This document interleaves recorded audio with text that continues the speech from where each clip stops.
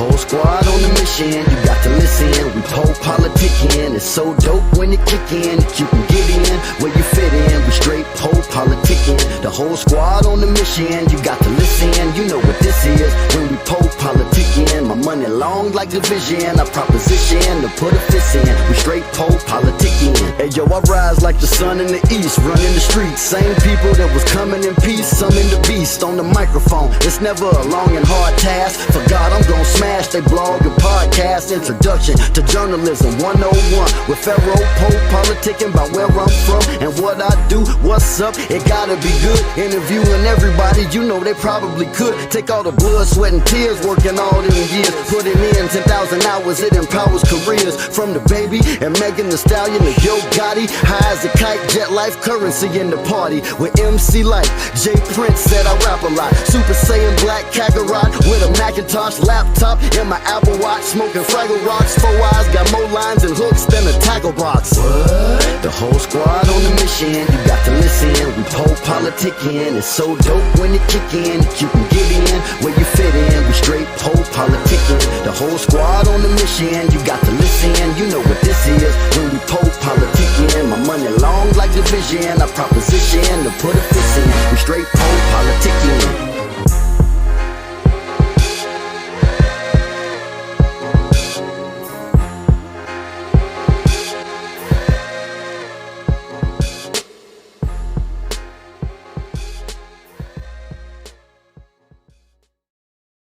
All right, welcome back to PoPolitickin.com, your home for self-help meets hip-hop. Right now, we're live on YouTube, Twitter, and X. You check me out on Spotify, Apple Music. 1212, I'm the place to be. One of the legends of this hip-hop game we have. I'm the place to be. Bizarre, how you doing, bro? Oh, what up, dog? What's going on with you, man? Chill, man. I wanted to say this first. I gotta get this out the way. So, I'm a fan of the music, of course. But what made me like you more at first was when you was on Celebrity Fit Club. Okay. That was like, I'm big too. So I felt that shit. Yeah. I felt it. And then, but I would say, I noticed now, like, look like you smaller and you kept the weight off. So I wanted to ask you about the fitness and how that going for you. I just got back in the gym actually a couple days ago, man. You know this shit. It's an up and down journey, man. You know what I'm saying? I gained some of it back. But I'm back on the grind again. But yeah, man, it's cool, man. But you know, it's an everyday struggle, man. So us big boys, we got to keep encouraging each other. Yeah, man. Then with me, shit, I ended up having to went to the hospital a few times. I just got my gallbladder took out. So now I'm getting older and I'm realizing like shit is important. So I'm really like that's what I'm doing too. Now all that trying to get right. Yeah, so you can't you can't drink nothing red, no red juice and all that shit with the gallbladder. Yeah, it's just like basically whenever you try to, that shit make you go to the bathroom like 30 minutes later, so you can't really be out nowhere eating this shit. You're gonna have to go handle that. Okay. Yeah, then I would say, man, I just want to give you a salute, man, because I seen like, man, I was going through your music and content. I was like, man, you've been putting a lot of content out there these past couple years. I saw the Freestyle Fridays you doing. So I would just say, where's that? Like you got a surge or something? Man, yeah, man, I had to kick it in overdrive, man. I started working with this producer named Foulmouth, and he liked to record out of his basement. He like the foundation for our hip hop community here. So a lot of the young cats go over there and record. So I just started, recording with him, and so I just started jumping on songs with a lot of the younger cats. So I'm naturally a competitive type of guy. So it just started, started getting crazy. And then my hunger came back. I felt like I was 17 or some shit. So. That's where it really came from, the surge. Being at his house every day. We got 5 albums we did. So the Freestyle Friday, it came about because when we was getting ready to drop the 5th album, I wanted to do a little promo for it. So I was like, hey man, I'm gonna drop a freestyle every Friday for like a month. until the album dropped. And shit, it did so good that people got mad when I wasn't doing it on Friday. So the shit, it just took off, man. Now we at 20. 21 this week. Yeah. Yeah. I saw you just made a post about. So is there any producer that can get with you on the freestyle? Yeah. Just go to my page, and they got I got the email down below or who to send the beats to. I already started listening to some shit already. I heard a couple of dudes that got some fire in there. And then I kind of wanted you to talk about your. I think you do have one of like the most unique styles in the game. And I want to say, I know you started off as a battle rapper. Were you always rapping like that from the beginning, or is it like something you crafted and developed? Yeah, I started off kind of like a battle rapper. You know what I'm saying? I started rapping when I was like 10.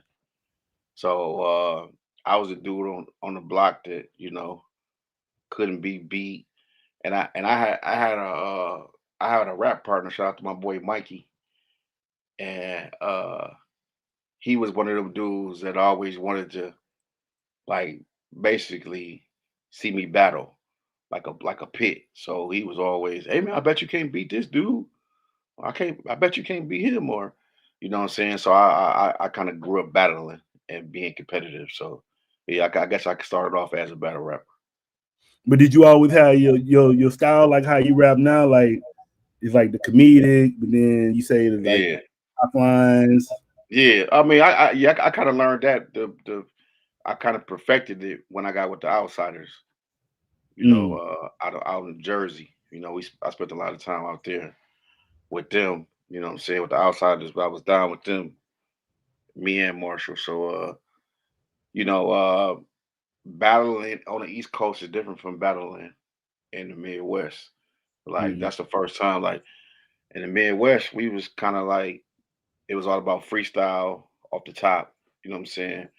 Whereas like in North Jersey, New York, them niggas got 5 or 6 good ass raps that they remembered. You know what I'm saying? That they kind of like used and kicked. So we had to be, we had to have writtens and shit. And it just kind of trained us for war a little bit. You know what I'm saying? The first person I ever battled though in the industry was probably Corrupt from the Dog Pound. Damn. Who won that? Oh shit, he kicked my ass, man. I was young, man. I was like 18, man. I had went to this Chris Webber had this group called No Coast. And they had a video shoot. And I went to the video shoot, and his little brother Roscoe had a little cipher outside the video, and everybody was in the cipher. So I kind of jumped in, started rapping, and I heard him yell like, "Hey, Sco!" I guess that's what they call Corrupt. Like, "Hey, Sco! Hey, this nigga over here, this little nigga nice." And he came over there. He started listening to me, and he jumped in the cipher. And I just remember the first line he said was, "First of all, you sound like Biggie Smalls." That was his first line. He cut me off. Yeah, but that was Corrupt was my first battle though. And then did you always like was Bizarre your original name, or did you have a different name? Yeah, I went to a couple names. My first rap name was Sweet Pete. All my family called me Peter. So when I was young, like on some little Bow Wow age shit, my name was Sweet Pete. Then I changed my name to Disaster Mass Murderer because I was on some horrorcore shit, like the Grave Diggers and Onyx was out. So I was called Disaster Mass Murderer. And then I changed it to Bizarre Kid. And then one day, when I first met Proof, he asked me what my rap name was. I told him my name was Bizarre Kid. And he was like, "Kid? Man, we from Detroit. You don't say kid. Your name is Bizarre." And then that's how my name ended up being Bizarre. And then I want to ask you, so who are your influences? Because when I be seeing you and I watch you, you kind of remind me of Biz Markie. But I don't know. I was going to ask you, did he influence you any, or who are your influence? My influence was Eric Sermon, Uh-huh. EPMD, Redman, uh, Gangsta Nip from Rap a Lot. Yeah, they were like some of my influences who I was on heavy. So I'm naming, I guess with the comedian part, that's what kind of reminded me of Biz Markie when I was Yeah, watching videos and yeah. stuff. And I then mean, did you? I like the Big Marky, but I can't say that I was like.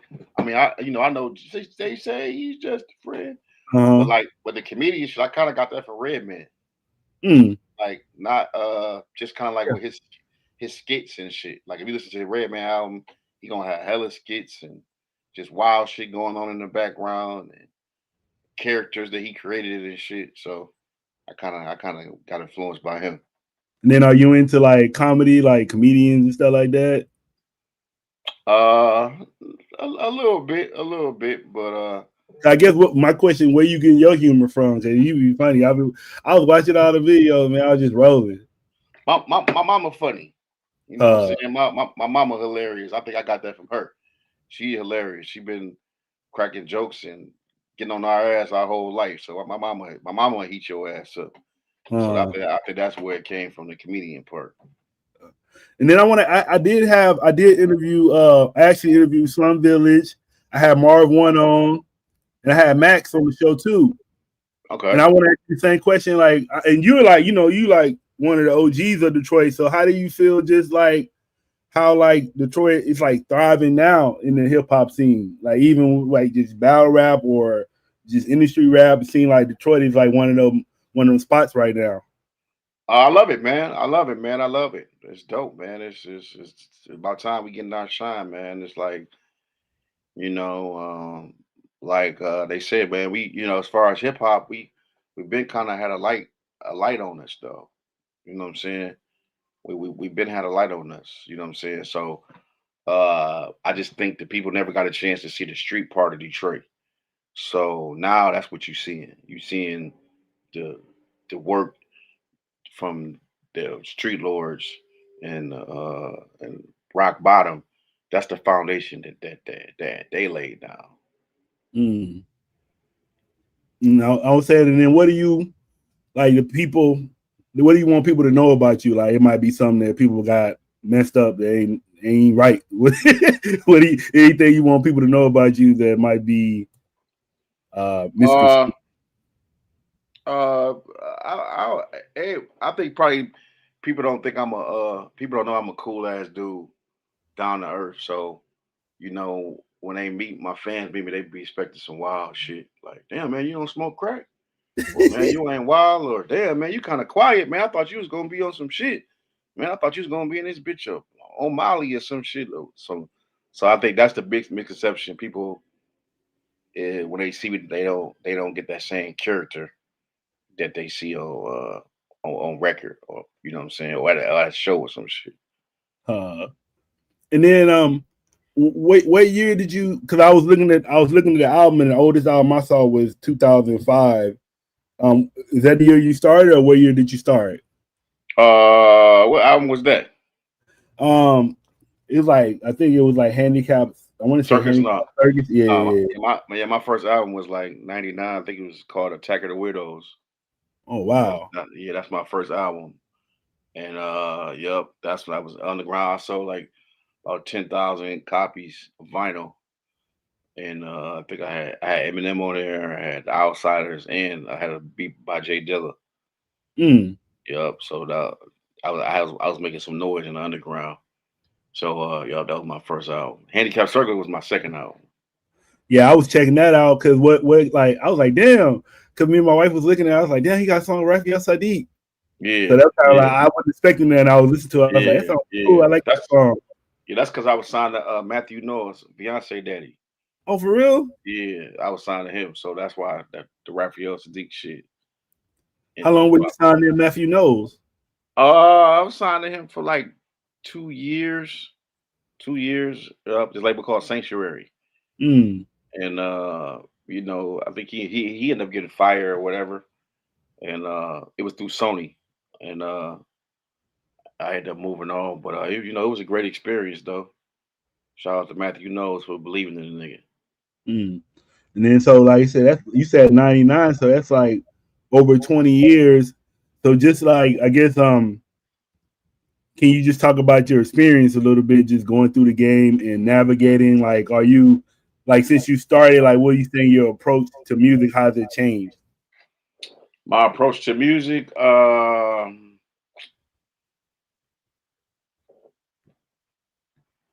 it's kind of the same, man. I just be put a little bit more thought into what I'm saying and lyrically, and I just don't force nothing no more. You know what I'm saying? I always kind of did what the beat told me to do. You know what I'm saying? So I just go with the beat. I don't really write a lot when I'm not in the studio.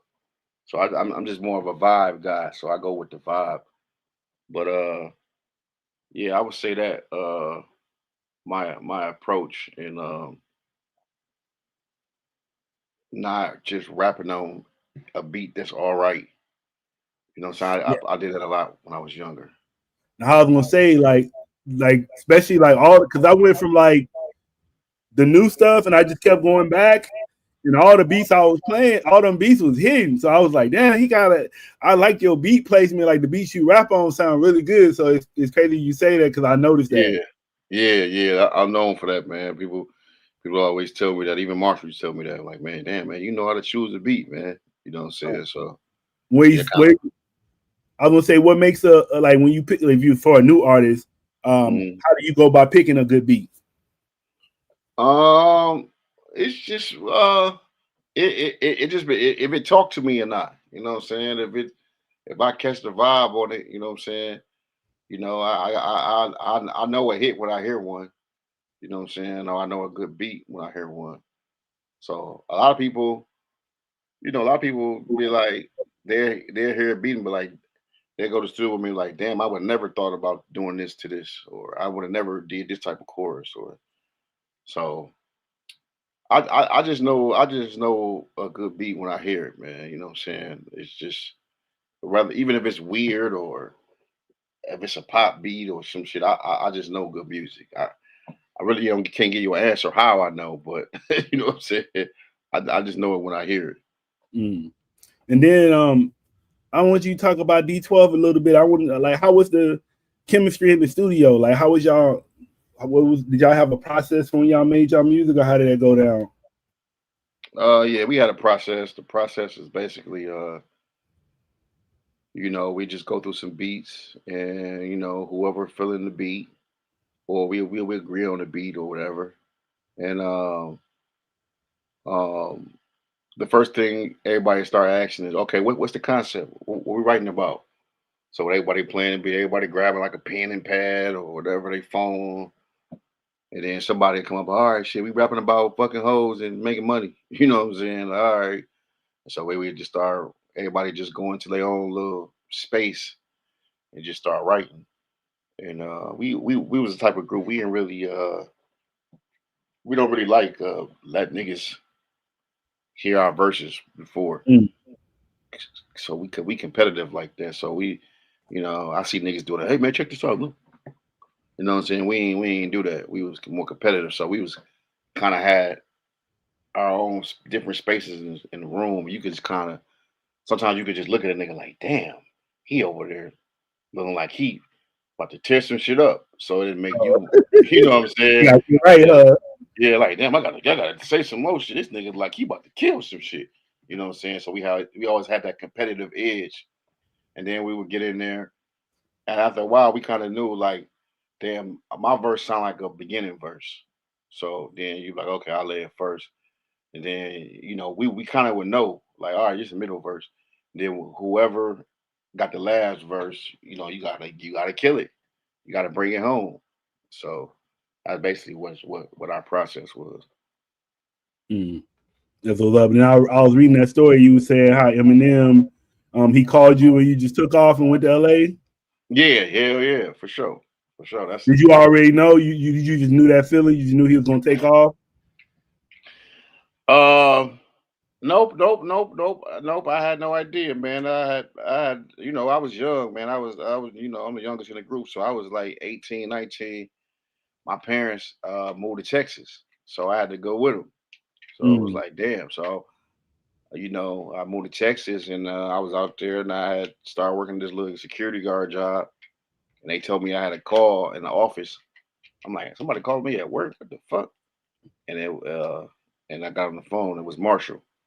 He was like, man, I just got signed to Dr. Dre, man. I'm like, what? I knew he was going to LA to do a rap battle, but he was like, man, Dr. Dre want to sign me, bro. I'm gonna fly you out. I'm like, damn. So I went and told my supervisor, like, yeah, it's my last day. You know what I'm saying? I'm out this bitch. So, yep. Just being young and hungry, man. I'd do it over again if I had to. Yeah, it worked out. And I would say, what do you think the biggest lesson you learned so far in the industry? The biggest lesson? Shit. Consistency. Never give up. Keep grinding.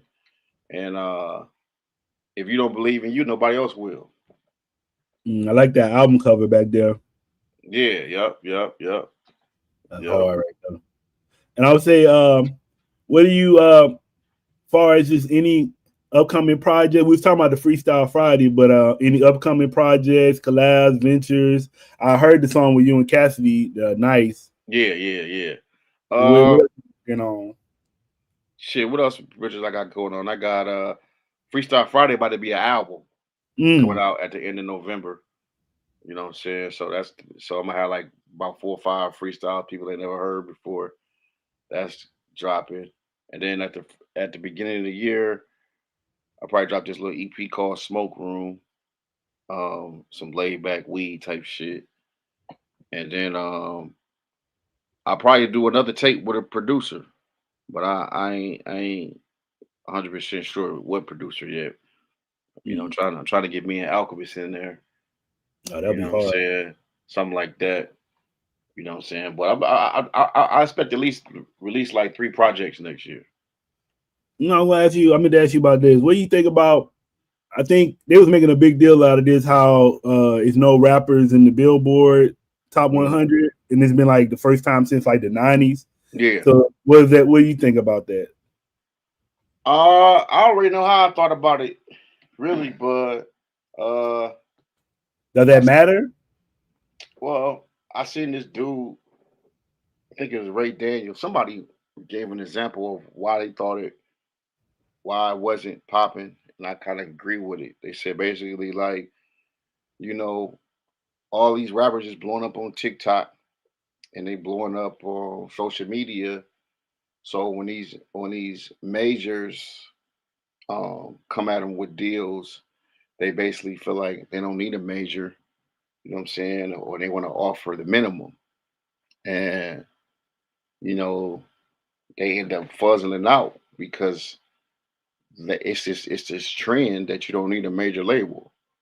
So that's why I think you don't see rappers on the Billboard. But if you're looking like in the Afro beats and all the other genres, you need the machine behind you, bro. You know what I'm saying?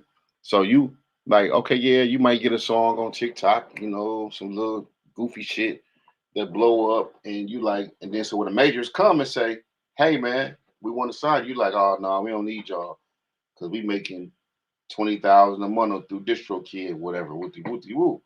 Okay, but what you gonna do when that song is over? Right. You can't do what the major do, gang. Can't do what the major do. You can't get on Jimmy Kimmel. You can't get the plugs at the network. You can't get on MTV. You can't go do fucking such and such and such. You can't, you know what I'm saying? Like for instance, like Skilla Baby. You heard of Skilla Baby? Yeah. Detroit. Okay, he a perfect example. Skilla Baby was an independent artist. You know what I'm saying? He got buzz. He got his shit popping. He started getting buzz. Man, Interscope came to him. He signed with Interscope. Bam. When that nigga signed with Interscope, I immediately seen the change in his videos. I seen the quality change. I seen the direction change. He went from doing videos from his homie's house to like, nigga, he got a he got a machine. The video is clear. Now he's on shit that that only they can get him on. Now he Yep. act. Now he's acting. Now he's Mm. he's a movie. 50 Cent manages him now. Mm. You see what I'm saying? So if you want to ask me, that's an example of an independent artist that was doing good independently. You see what I'm saying? But then after a while, it's going to fizzle out because there's only so much empire can do for you. See what I'm saying? Like it's when it comes to like star quality, starship. Like now if you want to just be independent and go that route, and then go to a certain way, then that's what it's gonna be. But that's just my personal opinion. Why you don't see the rappers, you know what I'm saying, on the Billboard charts and all that shit because and everybody not like somebody like Hitmaker, right? Or Pharrell. Niggas ain't chasing that no more. So them Mm. niggas kind of, you see them niggas is getting beats from the homie down the street. You know what I'm saying? And this and that. So it's no artist development being made. There's no stars being made. It's Mm. just random niggas coming up with TikTok songs. And then I say, so what do you do outside of music? Like, you got any hobbies, anything you like to do? Oh man, I'm a big fisherman. Mm. What Yeah, kind of but fish? shit, whatever. Catfish, bass fishing. So I even take my poles on tour with me. Okay. So shit, yeah. I like the fish. Uh, I fuck a lot of art shows, a lot of artsy shit. I'm into hipster shit. I'm about to start getting into this collecting these remote control cars and shit. Mm. The Like RC, the RCs, yeah, RC Pro. I don't know, Devin the dude, he heavy into that shit. Mm. Yeah, he heavy. So I'm gonna start getting some real cars and shit. They got a racetrack around the block for me and shit, or like a park where motherfuckers be doing shit at. But yeah, man, just be staying busy, man, grinding, man. I'm a pretty normal person, man, outside the rap shit. Huh. And then what do you want like far as with your legacy in the game? How do you want people to view your legacy? My legacy, man, just a guy that made them have fun, man. Uh, when you having a bad day, man, turn Bizarre on, man, and listen to him, man. He gonna say some wild shit. He gonna say some comedian shit, but he also could rap too. You know what I'm saying? So if I could, my personality is really bizarre. So like I don't really got you can't really put me in no kind of category. So people come to me and say they love me for different things. Like you said, Celebrity Fit Club. Mad people come up to me that don't even know me from rap. Be like, yo, you on Celebrity Fit Club, bro. You changed my life, man. You helped me through my shit, man. You know what I'm saying? You was a motivation to me. So any way I can help, or some people say, man, hey, you got me through, man. I was your lyrics is funny, man, or whatever. So, you know, and now, with the Freestyle Friday shit, it's like, oh man, damn, you could really rap, man. I didn't know you could rap like that, man. Damn, your shit hard, man. Nah, So, you know, I think I get it from all angles. I was watching your interview you did with Kev. That shit was funny because it was like you were saying you got tired of those niggas putting you on the white rapper list and you got tired of Yeah, that shit. yeah. But Yeah, I then he got had tired of Silk that on there. I was like, he shouldn't have Silk. He shouldn't have said Silk. I didn't like shit. that. Yeah, Silk is tight. I'm from Mississippi. I'm in yeah. San Diego now, but I'm from Mississippi. And Silk the Sharky is tight. I don't give a fuck what nobody say. Like Yeah. he's tight. They just But, couldn't but, get his but, flow. but you know what though? Um, I just found out something about Silk the Shocker that I didn't know. What's up? I didn't know that he was scanting. I didn't Mm, know he was. You know what scanting is, right? yeah, I didn't know he was doing that. that's what he was So doing. yeah, that's what he does. He scats. Mm. You know what scat is, right? Yeah, like Scat Man, like I know Scat Yeah, Kid like that. like Yeah, back in the old jail. Hey, yeah, like you see me that Cap Calloway. Yeah, Cap like Calloway. I eat that. It's just like making noises. But I was thinking when I'm a Scat Man. Yeah, yeah. So think about that. What I just said, and think about him. And I really seen it on the verses when he was rapping. I said, this nigga's scatting. He's scatting. You know what I'm saying? And if you gotta really try to catch it, but most niggas ain't about to try to catch it, so they just label it whack because he's off beat. You know what I'm saying? Nah, But he was tight to me. I grew up on the No Limit. okay, yeah, No Limit Soldier. I thought I told you. Yeah, I was sad. I actually interviewed I fucked around joining the Marines saying I'm a soldier so many times. I fucked around joining the Oh Marines. wow, damn. But now Damn. I was Shout out to sad No because Limit. yeah, I actually had I interviewed Young Bleed a few times and he passed away, so I was kind of bit sad about Yeah, that. yeah, Young Bleed is yep. He spent a lot of time in Detroit. That say, do you ever been to San Diego? I'm pretty sure you have. You ever been to San Diego? I ain't been to Diego in a long time. I had a homie out there that flew me out there. I had did a single, which is dude named DJ Fingers, Mm. white dude. He was kind of like a hip hop staple out there. Like, man, it's like 20 years ago. Shout out to Oh, DJ Fingers. it's time for you. It's time for a trip then. Yeah. I ain't been there in a minute, man. I gotta get out there, man. My boy stay out there. Tash from the Alcoholics. He stay out. Mm-hmm. I'm say what so we about to wrap it up, but what would you like to leave the new generation with? What would you like to tell them? Man, just keep doing you, keep vibing, man. Hip hop is what you make it, bro. Um, keep being a innovator. Keep adding something to this shit, whether it is wherever it is. You know what I'm saying? As long as you contribute to hip hop and what we got going on, I'm fucking with you. I don't gotta fuck with what you doing to fuck with you. But you think hip hop is in a good place right now? Yeah, I think it's at a great place, man. I think you know, I think you know, I mean, dog, look at the summertime. You know, when summertime come, man, it's more older niggas touring than younger niggas. I see. You know what I'm saying? But every time you look up in the summertime, damn, what the fuck? Scarface gonna be here? Damn, Ghetto Boys, damn, such and such and such. Shit, I seen in one bill, like last month, Cuckoo Cow was here. Huh. So you can't, this hip hop shit, man, is forever, man. As long as you stay consistent with this shit, man, you could eat forever. Yeah, I mean, I think a lot of fans got connections to that music, man. So like, and they love those artists. They gonna support their artists. Yeah, yep, that's what it's about, man. Support, man, and a lot of people, man, you might not see them, but if they might have an underground fan base, and they still eat good overseas. Mm-hmm. You know what I'm saying? No, I was watching the interview you was talking about. You said that's you was with the guy on the couch, like the Arab guy, but he was talking about how you were saying you get a lot of love over there, like more love over there than over here, And over what? in Yeah, overseas. yeah, overseas, yeah, yep. Like in London, Germany, yep. They got a real big underground hip hop fan base over there. So like, once they're a fan of you, man, they always a fan of you. So a lot of Is these it like, groups, a no, lot I'm of these saying, is it a lot of black people or is it just uh or white? Or sprinkle, what?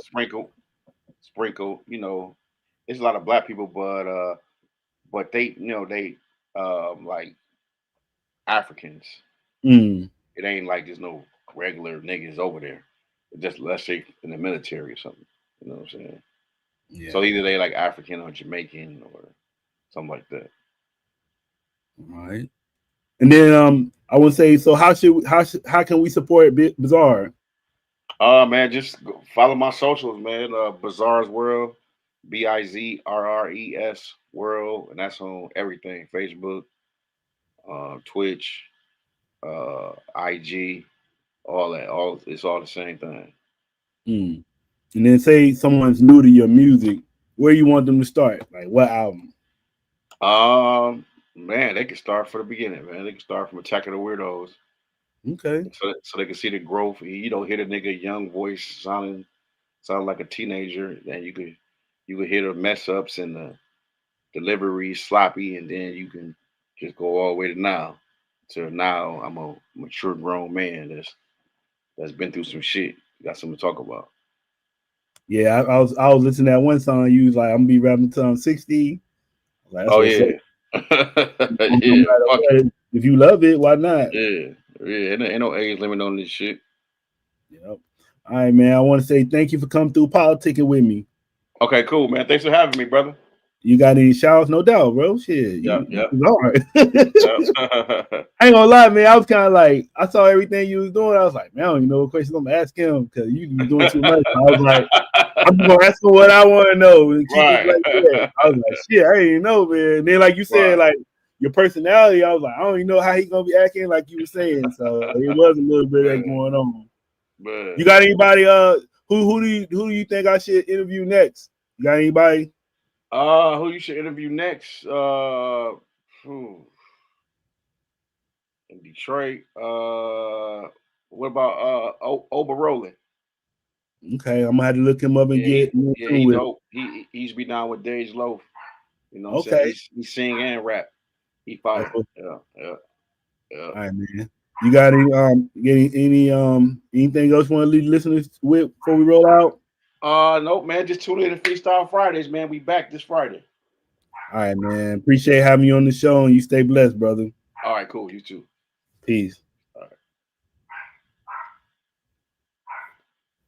We out, y'all. Until the next time. You try to figure out again. I got it. All right, y'all. We out. Till the next time. I get in touch with y'all. We out later. Peace.